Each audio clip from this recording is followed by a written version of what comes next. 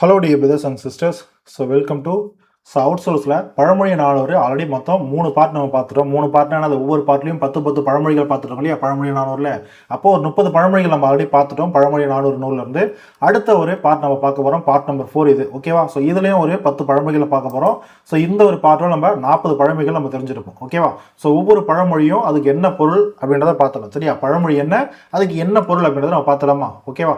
So பாருங்கள் 31, ஓகேவா? இதால் 30 முடிச்சிட்டோமா, அடுத்து 31 32 சொல்லிட்டு நீங்களே தெரிஞ்சுக்கோங்க, நீங்களே எழுதி வச்சுக்கோங்க, ஓகேவா? ஸோ ஓகே, அடுத்து பாருங்க. ஸோ ஆகாதாருக்கு ஆகுவது இல், நல்லா பாருங்க, ஆகாதாருக்கு ஆகுவது இல் அப்படின்றது பழமொழி. இது எல்லாமே இந்த பிளாக் கலர் இருக்கிறது எல்லாமே பழமொழி, அதுக்கு கீழே இருக்கிறது எல்லாமே பொருள். அதுக்கான பொருள் என்ன என்ன சொல்ல வருது அந்த பழமொழி அப்படின்றது, ஓகேவா? ஸோ ஆகாதாருக்கு ஆகுவது இல், பாருங்க, ஆகாதவருக்கு ஆகுவது இல், ஓகேவா? அப்படின்னா என்ன பொருள்னா செல்வமும் வறுமையும். அதாவது ஒருத்தனுக்கு, அது நீங்களோ நாங்களோ நம்ம யார் வேணா இருக்கட்டும், ஓகேவா? ஒருத்தனுக்கு திடீர்னு செல்வம்ன்றது வரும், திடீர்னு அவன் வாழ்க்கையில் செல்வம் அவனுக்கு கூடும், ஓகேவா? நல்லா இருக்கவன் திடீர்னு வறுமைக்கும் போவான், ஓகேவா? வறுமையில் இருக்கவன் திடீர்னு செல்வந்தன் ஆவான், செல்வம் இருக்கவன் திடீர்னு வறுமையாக ஆவான். அப்போ நம்ம வாழ்க்கையை, நம்மளுக்கு இருக்கக்கூடிய செல்வமும் வறுமை, நம்மளுக்கு நடக்கக்கூடிய செல்வமும் சரி, நம்மளுக்கு நடக்கக்கூடிய வறுமையும் சரி, எது முடிவு பண்ணும் அப்படின்னா காலத்துக்கு தகுந்த மாதிரி, ஓகேவா? அப்போ செல்வமும் வறுமையும் காலமும் சூழலும் சரியாக அமையும் போது ஊழ்வினை பயனால் நிகழ்வது. ஊழ்வினை பயனானது நம்முடைய விதியின் அடிப்படையில், ஓகேவா? இதுக்கு முன்னாடி நம்ம ஊழ்வினை, இதுக்கு முன்னாடி நம்முடைய காலகட்டத்தில் நம்ம என்ன பயன், நம்ம என்ன வினை நம்ம செஞ்சோமோ, அது நல்லது செஞ்சோமோ கெட்டது செஞ்சோமோ, அதன் அடிப்படையில் நம்மளுடைய வாழ்க்கையில் நம்ம செல்வமாக இருக்கணுமா வறுமையாக இருக்கணுமா அப்படின்றது காலமும் அந்தந்த சூழலும் தான் சரியாக நம்மளுக்கு முடிவு பண்ணும் அப்படின்னு சொல்கிறது தான் ஆகாதாருக்கு ஆகுவது இல் அப்படின்றது பழமொழி, ஓகேவா? அடுத்த பழமொழி பாருங்க. ஆகாதே உண்டது நீளம் பெரிது. நல்லா பாருங்க, ஆகாதே உண்டது நீளம். பாருங்க, ஆகாதே உண்டது நீளம் பெரிது அப்படின்னா என்னன்னா, நீல நிறத்துல, அதாவது நீல நிறத்தை, ஃபார் எக்ஸாம்பிள் இப்போ ப்ளூ இருந்துச்சுன்னா, ப்ளூ இங்க் இருக்குன்னு வச்சுக்கோங்களேன், நீல நிறத்தை உட்கொண்ட எந்த ஒரு பொருளும் சரி, நீல நிறத்தை ஒரு பொருள் வந்து பார்த்தீங்கன்னா நிறைய அப்சர்வ் பண்ணுது அப்படின்னா, ஓகேவா, அந்த பொருள் அதுக்குள்ள வேற ஏதாவது கலர் இருந்தா அது வெளியில காட்டாது, அந்த நீல நிறத்தை தான் காட்டிட்டு இருக்கும், ஓகேவா? அதுதாங்க சொல்ல வராங்க. நீல நிறத்தை உட்கொண்ட பொருள் வேறொரு நிறத்தை காட்டாது. அது போலதான் நிறைய மூர்க்கர்கள் இருப்பாங்க இல்லையா, நிறைய மூர்க்கர்கள், மூடர்கள், நிறைய வந்து திமிரு பிடிச்சவங்கலாம் இருக்காங்க இல்லையா, அவங்க எப்பயுமே தவறான செயல் தான் செய்வாங்க, ஓகேவா?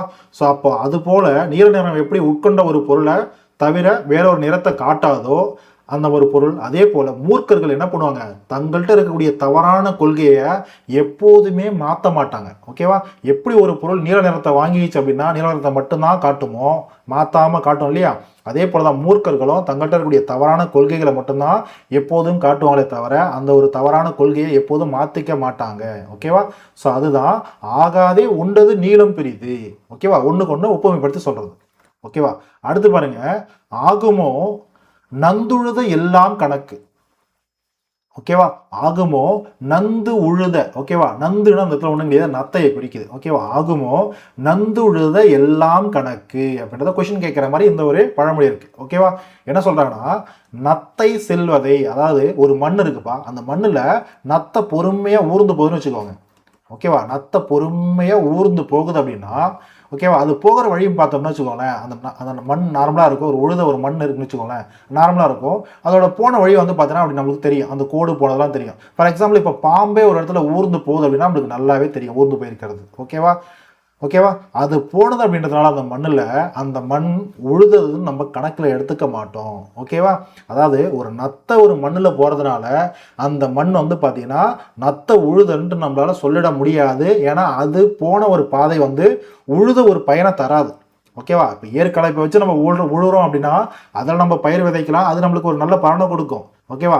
நத்தை போனதெல்லாம் உழுற மாதிரி இருக்கின்றதுனால, சின்னதாக இருக்கின்றதுனால அதில் எடுத்து போய் நம்ம பயிரை போட்டு முதல்ல அதை பயிரை போட முடியுமா, அது இருக்கிறதே கொஞ்சோண்டு இருக்கும், ஓகேவா?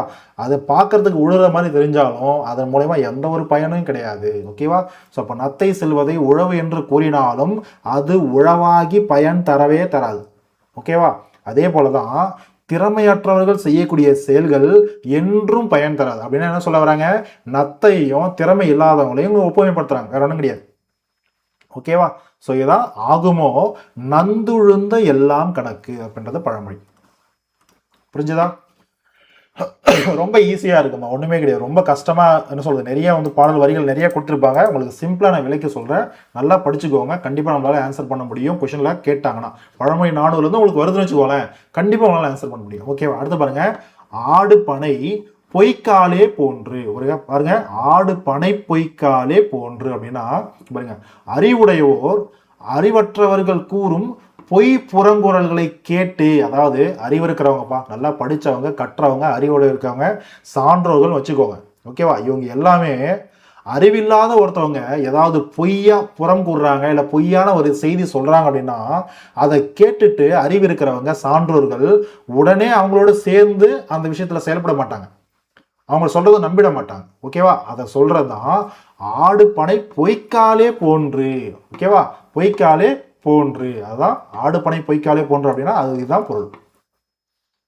சரியா? ஓகேவா? ஓகே. ஸோ ஒண்ணுமே கிடையாது. ஆடு பனைனா ஒன்றும் கிடையாதுப்பா, மூங்கில்.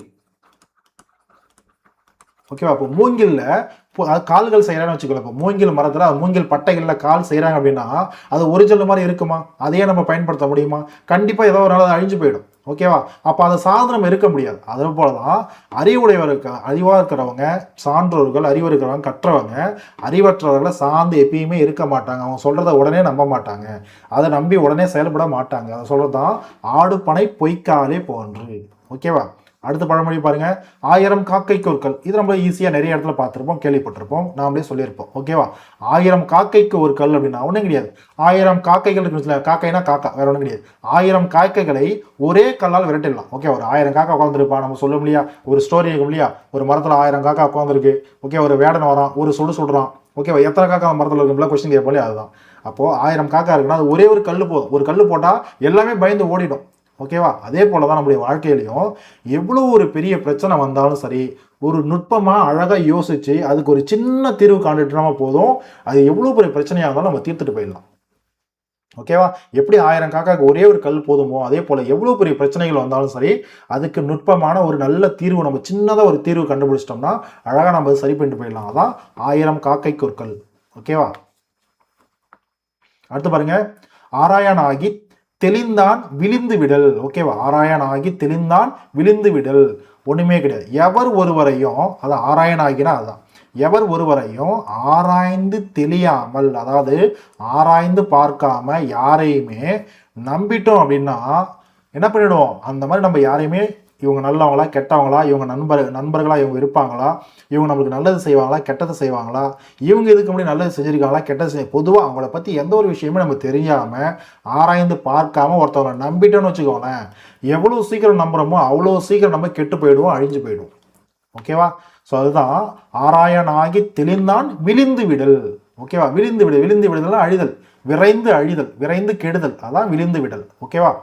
ஸோ அப்போ எவர் ஒருவரையும், யாராக இருந்தாலும் சரி, ஆராய்ந்து தெளியாமல் நம்பிட்டோம் அப்படின்னா விரைவாகவே நம்மளும் கெட்டு போயிடுவோம்னு அர்த்தம், அழிஞ்சு போயிடுவோம்னு அர்த்தம். ஓகேவா? அடுத்து பாருங்க, ஆள் எண்ணீர் பூல் என்னும் மாறு.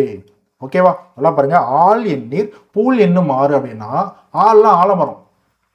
ஓகேவா? இந்த இடத்துல ஆள்னா ஆலமரத்தை குறிக்கும். பூல் அப்படின்றது சிறிய மூங்கில் செடி.